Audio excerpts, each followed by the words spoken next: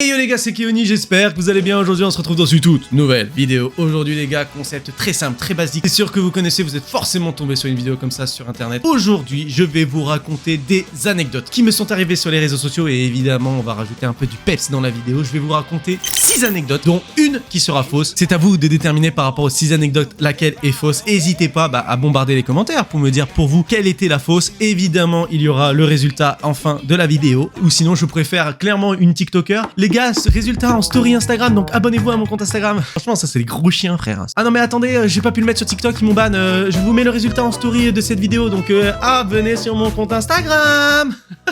J'espère que vous avez kiffé cette vidéo. N'hésitez pas à vous abonner, à mettre le pouce bleu, à activer la cloche pour devenir des Saiyans, les amis. Ça me ferait énormément plaisir, ça donne énormément de force. On commence tout de suite avec la première anecdote, qui n'est pas des moindres. J'ai tourné des vidéos truquées avec un TikToker.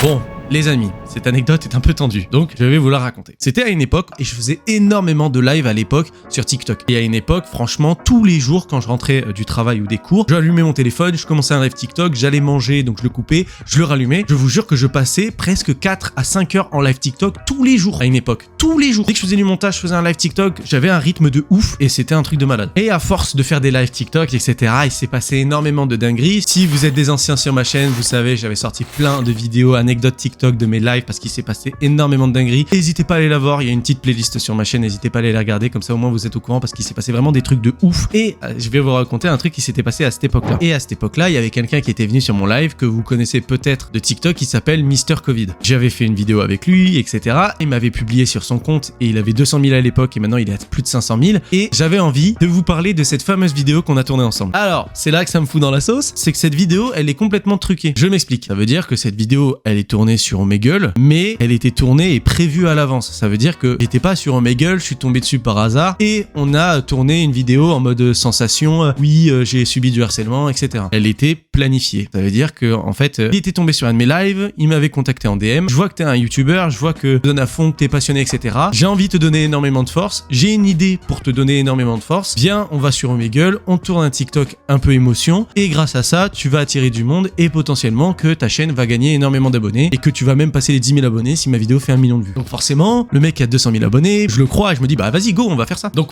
on a tourné ce fameux TikTok. Malheureusement, c'est TikTok, donc la vidéo soit mise en avant par l'algorithme et malheureusement sur ma vidéo ça avait pas été le cas, malgré que ça m'ait quand même rapporté je crois 100 ou 200 abonnés, ce qui était énorme à l'époque, grâce à lui. Et voilà, donc juste pour vous dire que en fait c'était une vidéo toute préparée. Normalement il y avait une deuxième partie qu'on avait tournée aussi, il a pas publié. Donc voilà, c'est la première anecdote un peu de la sauce. On va dans le vif du sujet, on va direct dans les trucs. On a fait une vidéo truquée avec Mister Covid et c'est vrai que ça fait très longtemps mon ref qu'on n'a pas parlé ensemble et qu'on n'a pas fait un truc ensemble. Donc si t'es chaud à une époque, bon je dis ça mais je l'ai mis dans la sauce donc.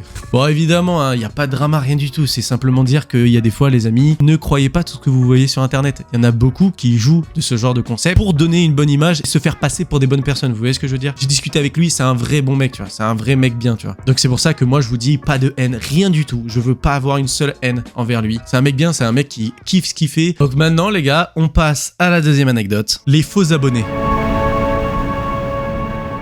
Cette anecdote, elle va être simple, rapide et efficace. C'était à une époque où j'avais sorti une vidéo sur un tuto Rocket League. C'était pour avoir les maps workshop là, vous savez.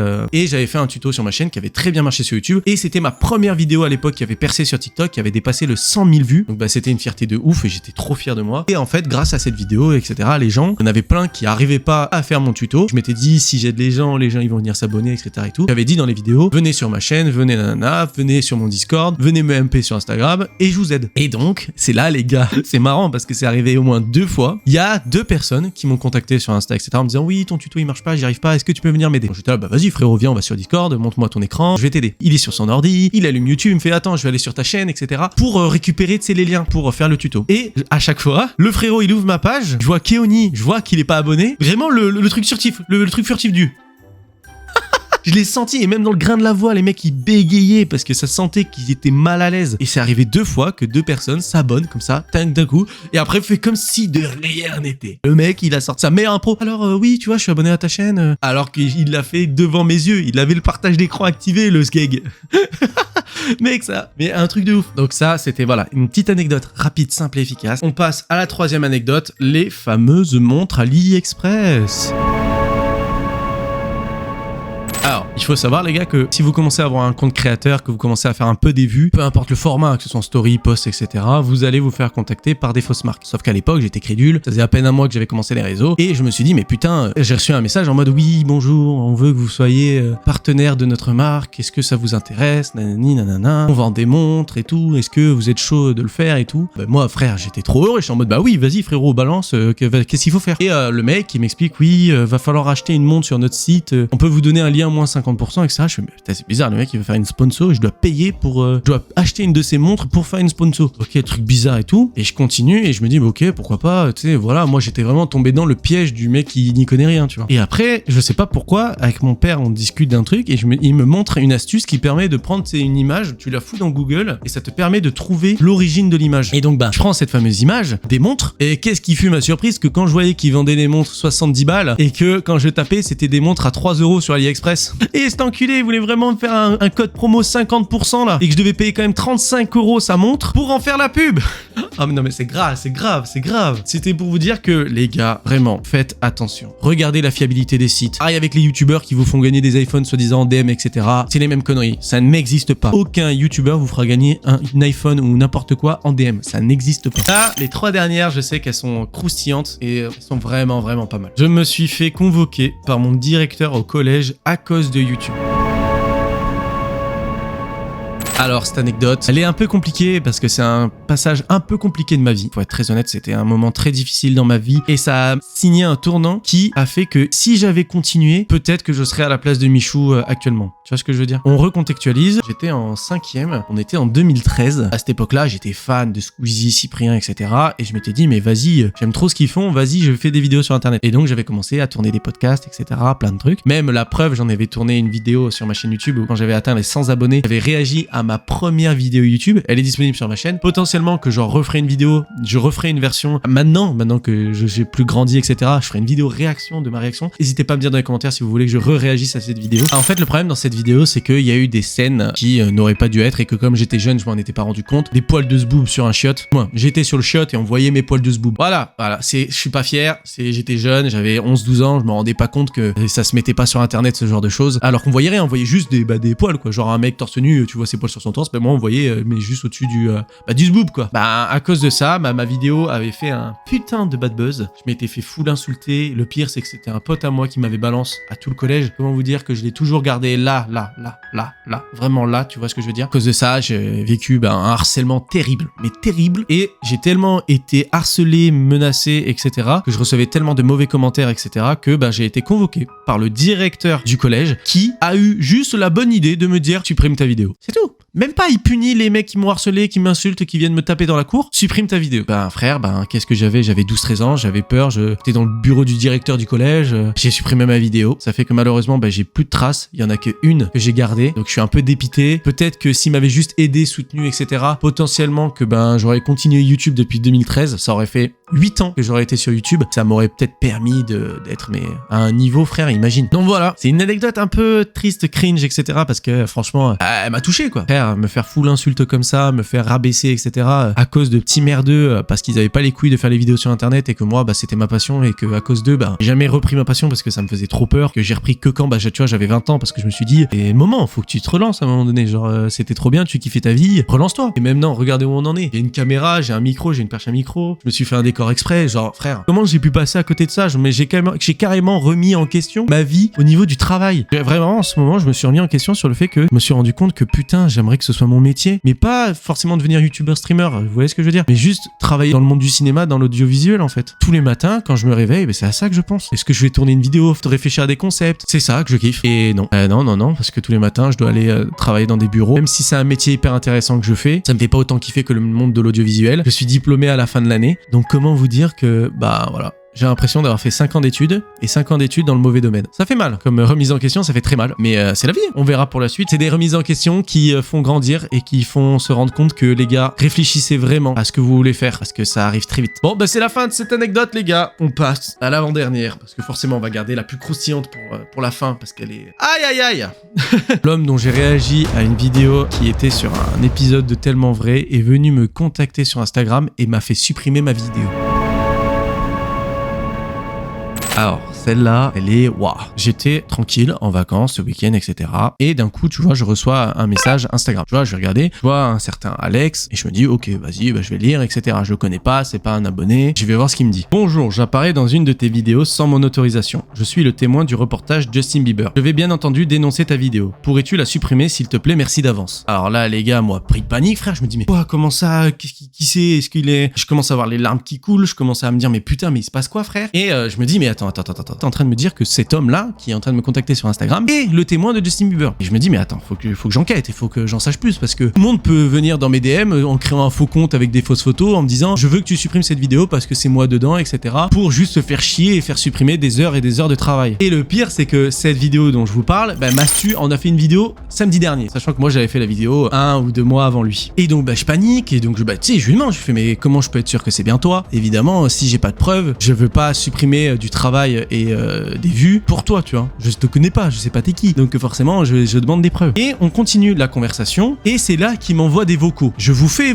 écouter les vocaux, c'est un truc de ouf. Si tu veux, mais dans tous les cas, même les reportages qui sont sur YouTube, justement. Je vous repasse un extrait de la vidéo tellement vrai. Il y a 11 ans d'écart. Puis après, ils vont dormir à l'hôtel et elle revient sans sa bague de pureté. Les gars, c'est la même voix, c'est la même personne. Donc c'est là que je me rends compte, je me dis, oh putain, je suis dans la merde. C'est clairement, j'ai enfreint la loi parce que c'est le droit à l'image en fait. Donc là, je suis en panique, je suis en stress, je me dis, mais merde, je suis dans la sauce. Et le truc, c'est que quand même, tu vois, je me dis, ok, peut-être qu'il lui ressemble, peut-être qu'il a la même voix. Frérot, je veux juste que tu m'envoies ton passeport ou une carte d'identité. Montre-moi que c'est vraiment toi dans cet épisode. Parce que ça peut être tellement facilement trucable, je sais pas, je me dis, il y a tellement de gens qui peuvent pousser les vannes super loin juste pour supprimer des vidéos à des gens. Je me dis, ok, je veux vraiment la preuve. Il m'a vraiment envoyé son passeport, il m'a expliqué son histoire. Direct, tu vois, je me suis excusé. Ça fait que les gars, si vous allez sur ma chaîne YouTube, cette vidéo n'apparaît plus parce que je l'ai mise en non répertorié pour le moment parce que ça fait chier quoi, ça fait je le comprends, c'est frustrant. T'imagines, t'as vécu du harcèlement de ouf, que t'as été insulté pendant des années à cause d'une vidéo et d'une émission un peu truquée, et t'as des mecs comme moi ou Mastu qui sortent une vidéo dessus et qui se fout en fait ouvertement de ta gueule. Ça fait 11 ans que l'émission elle est sortie, peut-être quelques années qu'il est enfin tranquille, qu'on arrête de lui en parler, etc. Et on remet une couche que tout le monde peut revenir en disant, mais mec, t'étais vraiment un sgeg, t'es vraiment bête, etc. T'es un perdu, tu vois. Alors que pas du tout. Il a grandi, il a évolué, et peut-être qu'en plus le reportage, c'est un truc totalement faux et que c'est vraiment truqué juste pour créer du buzz, comme la plupart des émissions de télé. #TPMP. Ça crache dans cette vidéo. Donc je me suis fait supprimer une vidéo parce que pareil, improbable, alors que je suis personne, ma vidéo elle a fait 140 vues, c'est pas moi qui vais lui créer de la haine, tu vois ce que je veux dire. C'est la fin de cette avant-dernière anecdote. Et on passe à la dernière anecdote. L'anecdote qui me fait le plus chier par rapport au réseau, parce que ça me fout un démon, mais un démon les frères. Je suis ban TikTok définitif à cause de Benjamin Ledig. C'est vrai que dans mes dernières stories, j'en avais parlé un peu en live, etc. J'avais dit que j'avais été ban qu'une semaine. Mais il s'est avéré que, en fait, ça s'est transformé en un ban définitif. Genre, moi, je n'ai plus accès à mon compte. Et je pense que c'est à cause de Benjamin Ledig. Parce que j'ai sorti une vidéo, il y a 2 semaines, qui est un juste ou injuste sur Benjamin Ledig, où j'ai simplement raconté son histoire, d'où il vient, comment il a été connu, etc. Et pourquoi il était l'homme le plus détesté d'internet. J'en ai fait une vidéo et ce que j'ai fait, c'est que je sais que TikTok c'est le réseau social qui me permet de me donner le plus de force possible. Je sais que par exemple, vous voyez, ma vidéo sur Juste ou Injuste a fait 6000 vues parce que mes vidéos sur TikTok ont fait 1 million de vues cumulées. C'est un truc de malade. Et je m'en rends compte parce que là, depuis que je suis ban, vu que je peux plus poster de TikTok sur mon compte principal, et je me rends compte que toutes mes vidéos, il y a plus personne qui les voit. Donc forcément, je suis démoralisé, j'ai trop le seum. Et comme par hasard, c'est un extrait d'une vidéo de Benjamin Ledig. Ce TikTok a été ban. Et moi, je me suis dit, mais il y a rien à... Pourquoi il se fait ban, frère? Je vais le report et je vais dire, mais non, vous vous êtes trompé TikTok. Là, pour une fois, j'ai rien fait du tout. Vous me remettez ma vidéo normale et on fait comme si de rien n'était. T'inquiète, ça arrive. Je me suis déjà fait ban 4-5 vidéos, mais à chaque fois, ils remettaient le contenu parce qu'ils se sont trompés, quoi. Parce que les gens, ils signalent et TikTok, ils bannent et après, ils vérifient, ils font, ah, pardon, c'est vrai, on s'est trompé. My bad, man. Cette fois-ci, c'est refusé. Je crois que c'est la première fois de ma vie pour TikTok, c'est vraiment un vrai bannissement. Et c'est là que je vais vous dire que je pense que c'est Benjamin Ledig, parce que c'est la première fois de ma vie que mon TikTok a mis 5 jours avant d'être traité. Le TikTok, il est resté bloqué pour harcèlement, intimidation, alors que j'ai fait appel pendant 5 jours. J'ai jamais vu ça de ma vie pendant 5 jours. Et je me suis rappelé que forcément, le principal intéressé, c'est ce fameux Benjamin. À mon avis, c'est lui qui a dû le faire signaler. Peut-être que c'est resté 5 jours comme ça, juste pour qu'ils aient le temps de l'enregistrer et tout. Donc j'espère j'espère que je suis pas dans la sauce à cause de lui, et ben c'est la merde. Ça fait que dès que j'ai reçu l'appel, comme quoi, vous savez, bah ma vidéo était supprimée, que ma vidéo allait parvenir, etc. Ce que j'ai fait, c'est que je me suis dit, bon bah tant pis, je la supprime. M'en fous, c'est pas grave, tu vois. TikTok a décidé que cette vidéo devait être supprimée, je la supprime et c'est pas grave, on passe à autre chose, next, tu vois. Ça arrive de faire des erreurs, etc. Je reçois un message juste après, votre compte a été suspendu pendant une semaine, 2 heures après. C'est-à-dire que la vidéo, elle s'est fait ban il y a 6 jours. Je reçois l'appel comme quoi, bah non, elle sera pas déban. Et je me prends un ban 2 heures après de une semaine au début. Donc, bah là, je suis démoralisé parce que, comme vous le savez, je suis en vacances. Là, c'est ma semaine où je pourrais faire plein de trucs, poster plein de TikTok, faire plein de conneries, faire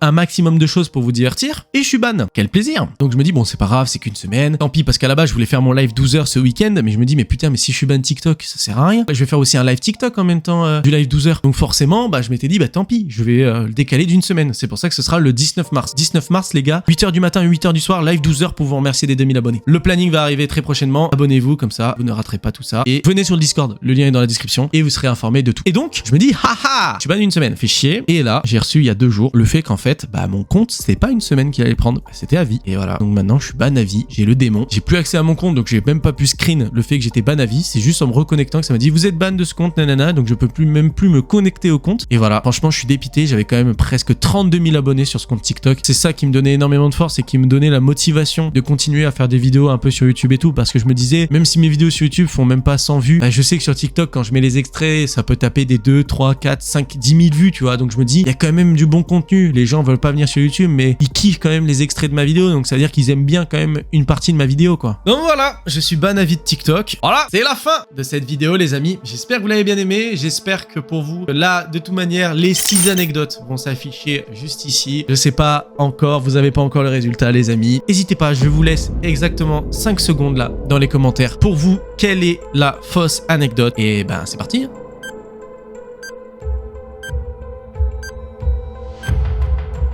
L'anecdote qui était fausse et l'anecdote de ban TikTok. Bah, la dernière anecdote par rapport à Benjamin Ledig, etc.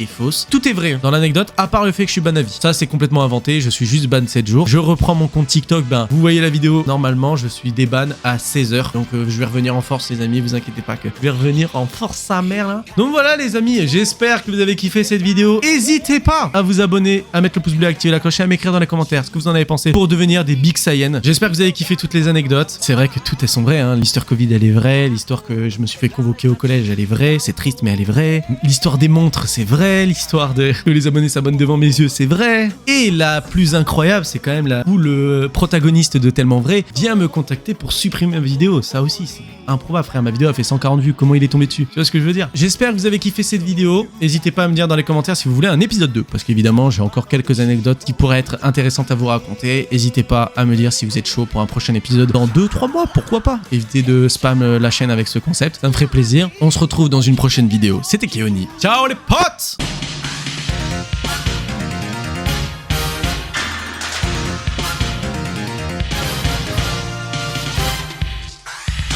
Come on,